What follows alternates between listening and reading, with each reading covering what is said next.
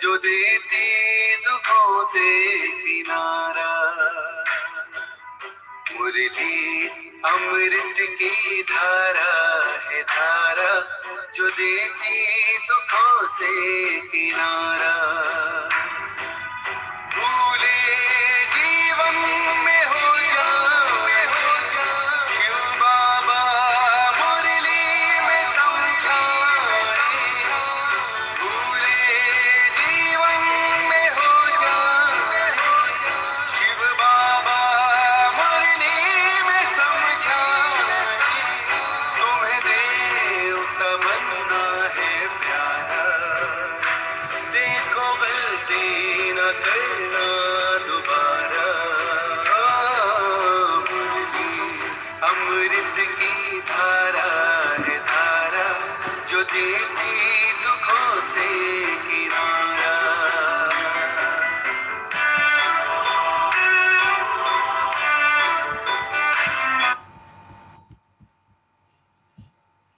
ओम शांति। ओम शांति। ओम शांति। सभी रिलैक्स होकर बैठे, पूरा ध्यान भ्रिकुटी के मध्य में। यह मुझ आत्मा का निवास स्थान है। मैं आत्मा इन कर्मेंद्रियों की मालिक हूँ।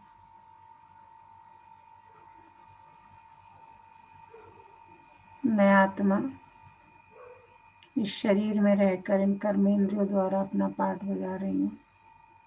मैं बहुत भाग्यवान आत्मा हूँ कि परमपिता परमात्मा ने मुझे अपना बनाया है और रोज मुझे गुणों से, शक्तियों से, ज्ञान से भरपूर करते जाते हैं। शुक्रिया मेरे बाबा, शुक्रिया मुझे अपना बनाने के लिए, मुझे रोज पढ़ाने के लिए, मुझे पतित से पावन बनाने के लिए। अहो मेरा भाग्य, वाह मेरा भाग्य, वाह ये ड्रामा, और वाह मेरा बाबा। इसी नशे में होकर के सब बैठेंगे और परमपिता परमात्मा के आज के महावाक्य सुनेंगे। ओम शांति। आज 24 मई 2021 बाबा के महावाक्य। पहले सुनते हैं मुरली का सार।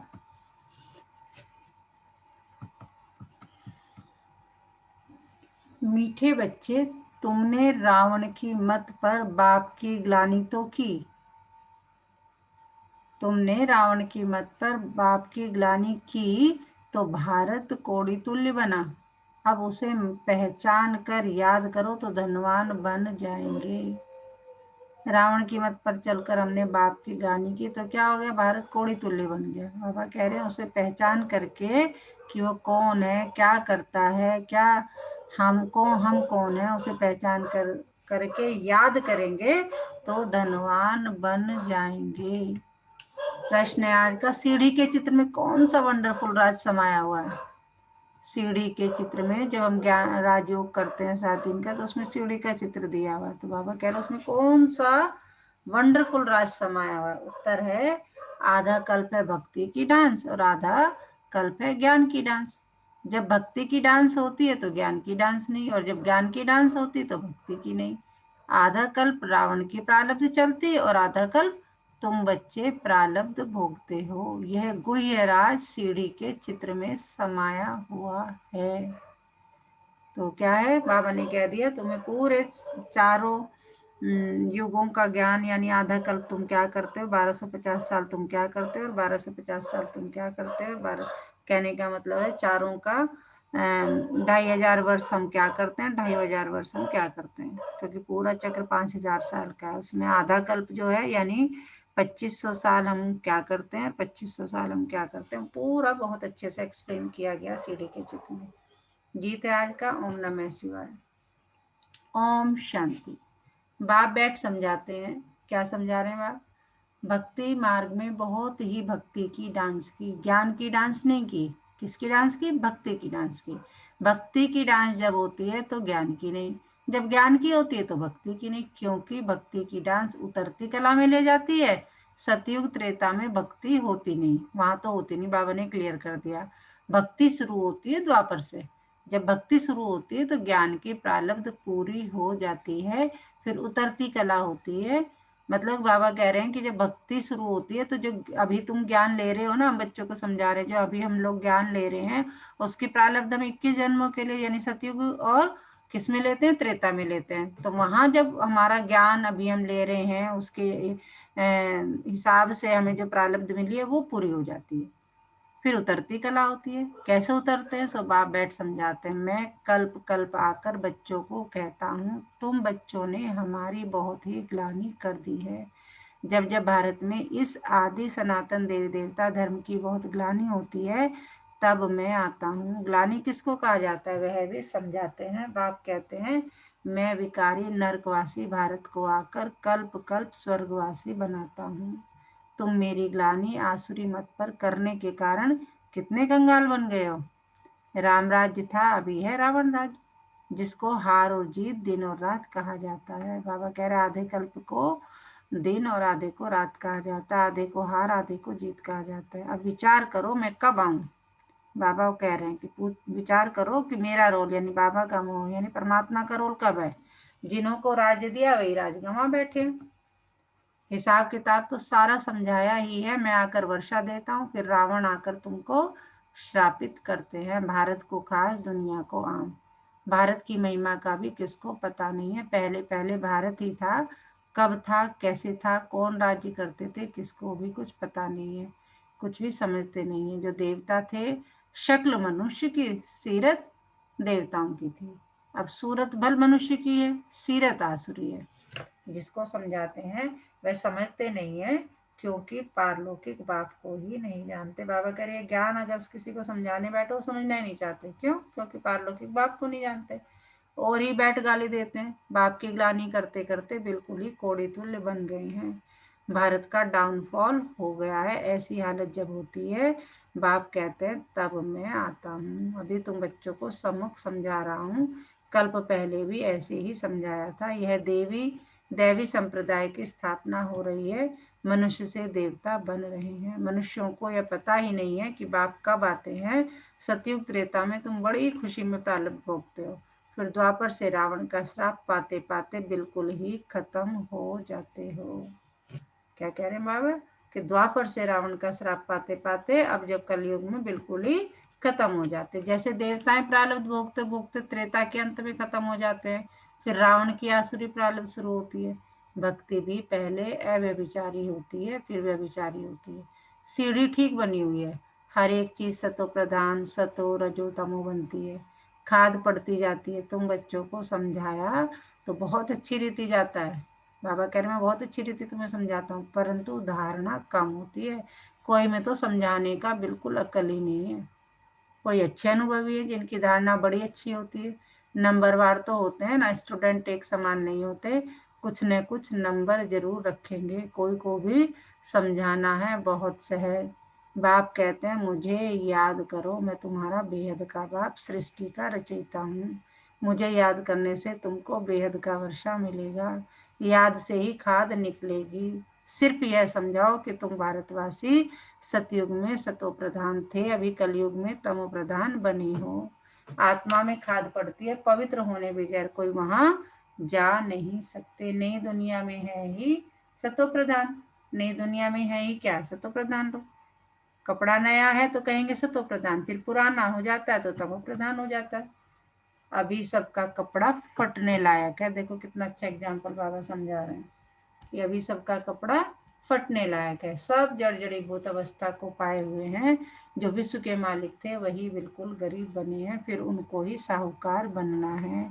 इन बातों को मनुष्य नहीं जानते। भारत स्वर्ग था, इन लक्ष्मी नारायण का राज्य था, और अब सब धर्म वाले तो बाद में आए हैं। बाप तुमको रियल बात बैठ समझाते हैं। गीता का देखो कितना मान है, पढ़ते पढ़ते बिल्कुल ही नीचे गिर गए हैं। तब पुकारते हैं हे पतित पावन आओ, हम भ्रष्टाचारी बन गए हैं, सदगति तो भगवान ही दे सकते हैं। बाकी शास्त्रों में तो सब है भक्तिमान, तुम्हारी बुद्धि में बैठा हुआ है। हम बाबा के ज्ञान से क्या बनते हैं, देवता बनते हैं। अब सारी दुनिया से वैराग्य, सन्यासी भी भक्ति करते हैं, गंगा स्नान आदि करते हैं ना, भक्ति भी सतो प्रधान, फिर रजो तमो होती है। यह भी ऐसे है, यह भी ऐसे है। आधा कल्प दिन आधा कल्प रात गाई जाती है। ब्रह्मा के साथ जरूर ब्राह्मणों का भी होगा। तुम अभी दिन में जाते हो, भक्ति की रात पूरी होती है। भक्ति में तो बहुत दुख है, उनको रात कहा जाता है। अंधेरे में धक्के खाते रहते हैं भगवान से मिलने के लिए। भक्ति मार्ग में सदगति देने वाला कोई होता नहीं, तुम्हारे सिवाय कोई भी यथार्थ रीति भगवान को नहीं जानते हैं। आत्मा भी बिंदी, परमात्मा भी बिंदी है, यह बात कोई भी समझ न सके। परमात्मा ही स्वयं आकर ब्रह्मा तन से समझाते हैं। बाबा कह रहे किसी की समझ में कुछ नहीं है, मैं खुद आकर किसके तन में, ब्रह्मा के तन में आकर तुम्हें समझाता हूँ। उन्होंने फिर भागीरथ बैल के रूप में दिखाया है। अब बैल की तो बात है नहीं, बाप सब बातें अच्छी रीति समझाते हैं, परंतु किसकी बुद्धि में पूरी रीति बैठता नहीं। बाप बैठ समझाते हैं, बच्चे मैं तुम आत्माओं का बाप हूँ, तुम मुझे याद करो और वर्षे को याद करो तो तुम्हारे भी कर्म विनाश होंगे। फिर भी कहते हो भूल जाते हैं। वाह, ऐसे साजन में बाप को भूलना चाहिए? स्त्री पति को अथवा बच्चे कभी बाप को भूलते हैं क्या? यह तुम क्यों भूलते हो? कहते भी हो बाबा आप हमको स्वर्ग का मालिक बना रहे हैं, फिर भी भूल जाता हूँ। बाप कहते हैं याद नहीं करेंगे तो अंदर जो कट चढ़ी है वह कैसे निकलेगी। मुख्य बात ही है किसकी? याद की। अपना कोई दूसरे धर्म से ताल्लुक नहीं है। स्कूल में तो हिस्ट्री ज्योग्राफी समझाते हो, कोई तो बिल्कुल समझते नहीं। बाप पढ़ाते हैं, ये बुद्धि में बैठता नहीं है। अच्छा, बाप और वर्षा तो याद करो कि ये भी भूल जाते हो? बाबा पूछ रहे हैं कि बाप और वर्षा तो याद करो कि ये भी भूल जाते हो? जिसके लिए आधा कल्प से भक्ति करते आए हो उस बाबा को याद नहीं करते।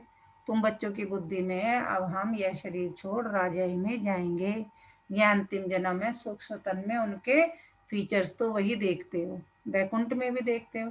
जानते हो ये मम्मा बाबा ही लक्ष्मी नारायण बनते हैं। तुम जब सतयुग में रहते हो तो समझते हो कि यह एक शरीर छोड़ दूसरा लेना है। वहां उनको ये पता नहीं रहता कि सतयुग के बाद त्रेता आएगा, द्वापर आएगा, तुम उतरते जाएंगे। ज्ञान की बात नहीं रहती है, पुनर्जन्म लेते रहते हैं। वहां आत्माभिमानी रहते हैं, फिर आत्माभिमानी से क्या बन जाते हैं? देह अभिमानी बन जाते हैं। यह नॉलेज सिर्फ तुम ब्राह्मणों को है और कोई के पास नहीं है। यह ज्ञान ज्ञानेश्वर तो ज्ञान का सागर बाप है, वही सुनाते हैं। बाबा कह रहे ये भी तुम्हें एक नॉलेज कैसे मिली? मैंने खुद आके तुम्हें, मैं ज्ञान का सागर हूँ, मैं आके तुम्हें सुनाता हूँ। जरूर ब्रह्मा के बच्चे ब्राह्मणों को ही सुनाएंगे। ब्रह्मा के बच्चे हैं ब्राह्मण संप्रदाय, रात दिन का फर्क है। तुम पुरुषार्थ कर संपूर्ण गुणवान बनते हो, संपूर्ण निर्विकारी गृहस्थ व्यवहार में रहते भी। बाबा कह रहे हैं फिर जब हम बच्चे शिकायत करते हैं ना बाबा गृहस्थी में है ये करे तो बाबा कह रहे हैं संपूर्ण निर्विकारी गृहस्थ व्यवहार में रहते भी तुम बाप को याद करो, कर्म तो करना ही है। क्योंकि कर्म तो करना ही है जी। शरीर निर्वार्थ, बुद्धि का योग बाप के साथ लगा रहे। कर्म भल कोई भी करो, बढ़ई का काम करो या राजाई का करो। राजा जनक का भी गायन है ना, राजा ही करते रहो परंतु बुद्धि का योग बाप के साथ लगाओ तो वर्षा मिल जाएगा। बाप कहते हैं मन मना भव मामेकम याद करो। शिव बाबा कहते हैं सिर्फ शिव कहने से लिंग याद आएगा, और तो सबके शरीर का नाम लिया जाता है, पाठ शरीर में बजाते हैं। अभी तुमको आत्माभिमानी बनाया जाता है। जो आधा कल्प चलता है इस समय सभी है देह अभिमान में।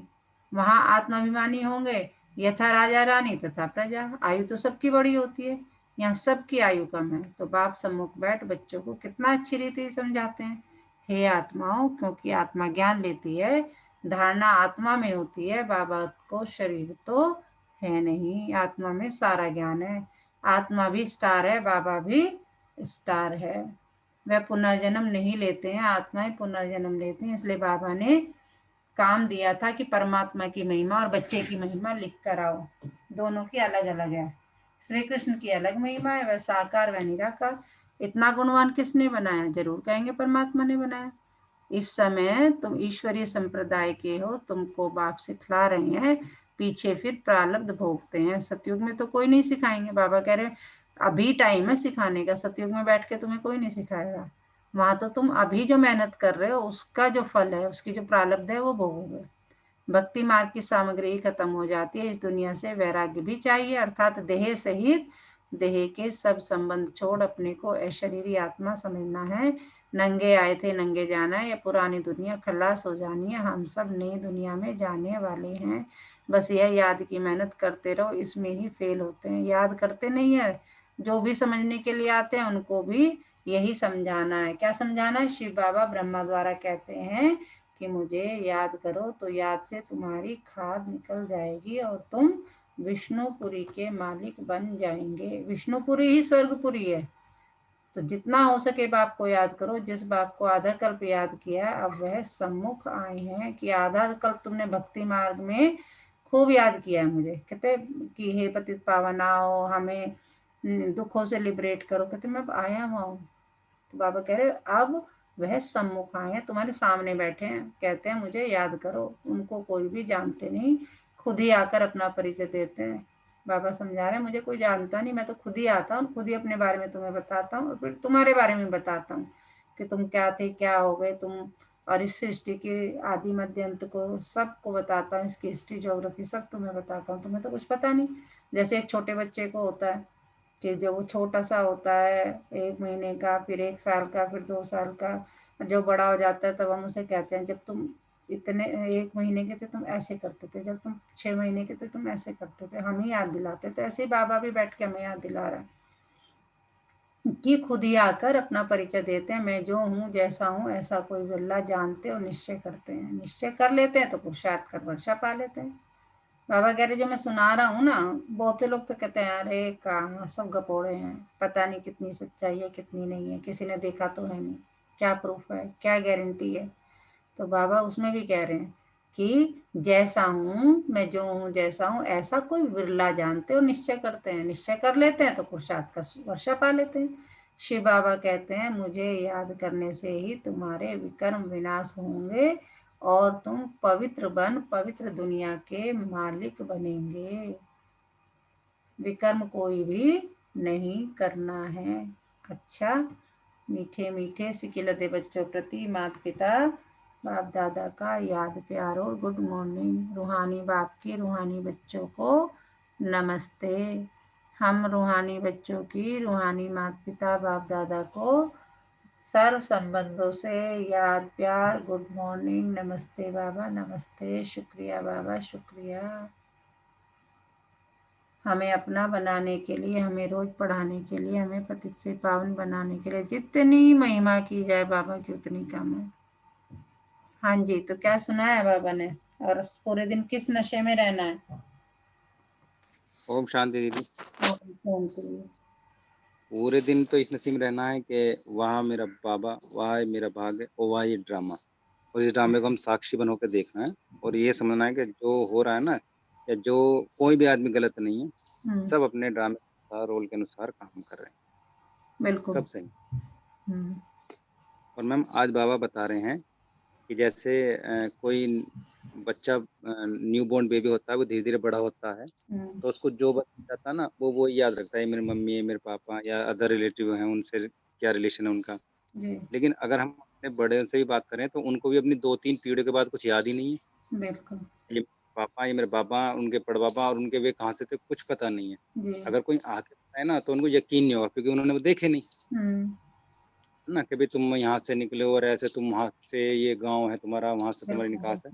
बिल्कुल। तो इस टाइप बाबा बता रहे हैं कि जो तुम्हें गीता में बताया गया या जो तुम पुराण वगैरह सुन रहे हो, ये सब भक्ति काल की बातें हैं। और उन्होंने इतना जोर दिया भक्ति काल पे, शास्त्रों पे, वेदों पे, कि लोग उनके अलावा देख नहीं रहे। लेकिन शिव बाबा के उन वेदों से पहले की भी बातें बता रहे हैं कि उनसे पहले था। तुम अब पतित बन गए हो, अब छोड़ो इसको और तुम पावन बनो, क्योंकि ये दुनिया जो है ना पुराने कपड़े की तरह है, इसे छोड़ना पड़ेगा, अदरवाइज सब खत्म हो जाएगा और तुम, है ना, जो स्वर्ग की स्थापना हो रही है वहां पे स्थान नहीं पाओगे, क्योंकि अब बाबा आए हैं तुम्हें पतित से पावन बनाने के लिए। जो मुझे जी, जान गया वो पुरुषार्थ करके मुझसे वर्षा ले लेगा। जी। और एक ही तरीका है कि बस मुझे याद करो और अपने विकर्म विनाश करो। हाँ जी। बिल्कुल जी। पुरुषार्थ कर धारणा के लिए मुख्य सार क्या है? नंबर 1, पुरुषार्थ कर संपूर्ण गुणवान बनना है, मेहनत करके। और मेहनत भी क्या? बस बाबा को याद करना है। कर्म कोई भी हो लेकिन बाप की याद में रहकर करना है, कोई भी विकर्म नहीं करना है। नंबर 2, ये पुराना कपड़ा यानी शरीर जड़ जड़ी भूत है, इससे ममत्व निकाल देना है। आत्मा को सतो प्रधान बनाने का पूरा पूरा पुरुषार्थ करना है। वरदान है आज का, करना और कहना इन दो को समान बनाकर क्वालिटी की सेवा करने वाले सच्चे सेवाधारी हो। करना और कहना इन दो को समान बनाकर क्वालिटी की सेवा करने वाले सच्चे सेवाधारी भव। सदा अटेंशन रहे कि पहले करना फिर कहना है। कहना सहज होता है, करने में मेहनत है, मेहनत का फल अच्छा होता है। यदि दूसरों को कहते हो, स्वयं करते नहीं। अंडरलाइन, बाबा कितनी बड़ी बात कह रहे हैं कि खुद, जैसे कि हम मान लीजिए किसी से कहे कि भी चाय छोड़ दो, कुछ छोड़ते नहीं, ठीक है ना। तो बाबा कह रहे हैं लेकिन यदि दूसरे को कहते हो स्वयं करते नहीं तो सर्विस के साथ साथ डिस सर्विस भी प्रत्यक्ष होती है। कि हमें क्या सिखाएंगे कि बाबा का ज्ञान इतना है, इतनी पावर मिलती है, इतना होता है, वो हमें हमारी कमियों से लिबरेट कराते हैं। तो वो देखेंगे अरे इनमें खुद ही कमी है, ये तो एग्जाम्पल है। या कोई और है, मान लीजिए गुस्से की बात है, हम दूसरों को कह रहे हैं गुस्सा नहीं कर रहा है, खुद कर रहे हैं, तो क्या होगा। तो बाबा कह रहे हैं कि उससे डिससर्विस हो जाएगी। जैसे अमृत के बीच विष की एक बूंदी पड़ने से सारा अमृत विष बन जाता है, ऐसे कितनी भी सर्विस करो लेकिन एक छोटी सी गलती सर्विस को समाप्त कर देती है। इसलिए पहले अपने ऊपर अटेंशन दो, तब कहेंगे सच्चे सेवाधारी। स्लोगन है, अनेकता में एकता लाना, बिगड़ी को बनाना, यह सबसे बड़ी विशेषता है। अनेकता में एकता लाना, बिगड़ी को बनाना, यह सबसे बड़ी विशेषता है। आज का मीठा मोती, सब में विशेषता भरने वाला कौन है? ईश्वर है। तो हमारा लगाव ईश्वर से होना चाहिए। सब में विशेषता भरने वाला ईश्वर है, तो हमारा लगाव किससे होना चाहिए? जो विशेषता भरता है यानी ईश्वर से होना चाहिए। आज पूरे दिन किस सम्मान में रहना? मैं सच्चा सेवाधारी हूँ। और सच्चे सेवाधारी की क्या पहचान है? वो एक भी गलती नहीं कर सकता, क्योंकि एक भी गलती कर दी तो वो ऐसा हो जाएगा जैसे पूरा एक टब भरा हुआ है अमृत से, उसमें हमने एक बूंद विष डाल दिया तो पूरा का पूरा खराब हो जाएगा। अच्छा, ओम शांति। अभी हम योग करेंगे, रिलैक्स होकर बैठे, कमर सीधी, पूरा ध्यान सांसों पर, पूरा ध्यान सांसों पर, कमर सीधी। धीरे धीरे धीरे धीरे पूरा ध्यान भ्रिकुटी के मध्य में। ये मुझ आत्मा का निवास स्थान है। मैं आत्मा इस शरीर की मालिक हूँ। मैं आत्मा इन कर्मेंद्रियों की मालिक हूँ। मैं बहुत भाग्यवान आत्मा हूँ कि परमपिता परमात्मा ने मुझ आत्मा को रहने के लिए एक स्वस्थ शरीर दिया है, जिसमें स्वस्थ कर्मेंद्रियां निवास करती हैं।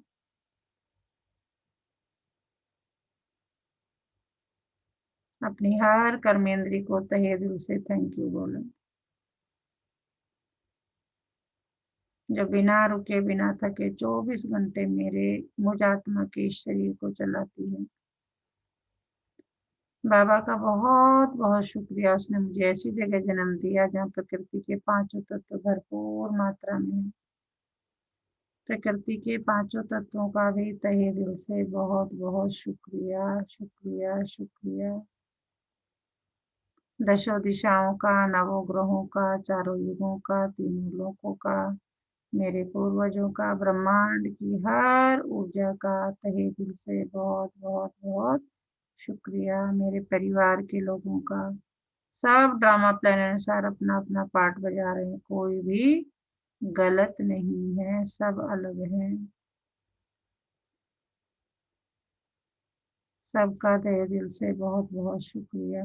मेरे जीवन निर्वाह के लिए हर छोटी से छोटी, बड़ी से बड़ी वस्तु जो सहयोग करती है, उसका तहे दिल से बहुत बहुत शुक्रिया। इस टेक्नोलॉजी का, जो हम घर बैठ के कोरोना टाइम में भी देखो घर बैठ के हम ज्ञान सुन रहे हैं बाबा का, इससे ज्यादा स्नेह और क्या हो सकता है। इस साइंस का, इस टेक्नोलॉजी का, लैपटॉप का, मोबाइल का, नेट का, सबका बहुत बहुत बहुत बहुत शुक्रिया। आज की दिन, तारीख, समय, महीने का भी बहुत बहुत शुक्रिया। चलो मेरे बाबा, मीठे बाबा, प्यारे बाबा, आज की इस बेहतरीन दिन की शुरुआत करते हैं। और देखो, मैं और बाबा निकल पड़े आज के दिन की यात्रा पर। बाबा मेरा हाथ पकड़ कर ले जा रहे हैं आज के दिन की यात्रा पर, और मैं बेफिक्र बादशाह बाबा का बच्चा, हंसता खाता खेलता बाबा से बातें करता हुआ जा रहा हूँ आज के दिन की यात्रा पर। देखें अपने आप को जाते हुए। ओम शांति, ओम शांति, ओम शांति। अपने दोनों हाथों को रब करेंगे, पहले आंखों पर लगाएंगे, धीरे धीरे आंखें खोलेंगे और फिर पूरे शरीर पर हाथों को प्यार से फिराएंगे। अगर किसी अंग में ज्यादा दर्द है तो वहां प्यार से सहलाएंगे और उस अंग से बात करेंगे, उसे प्यार करेंगे। अच्छा, ओम शांति।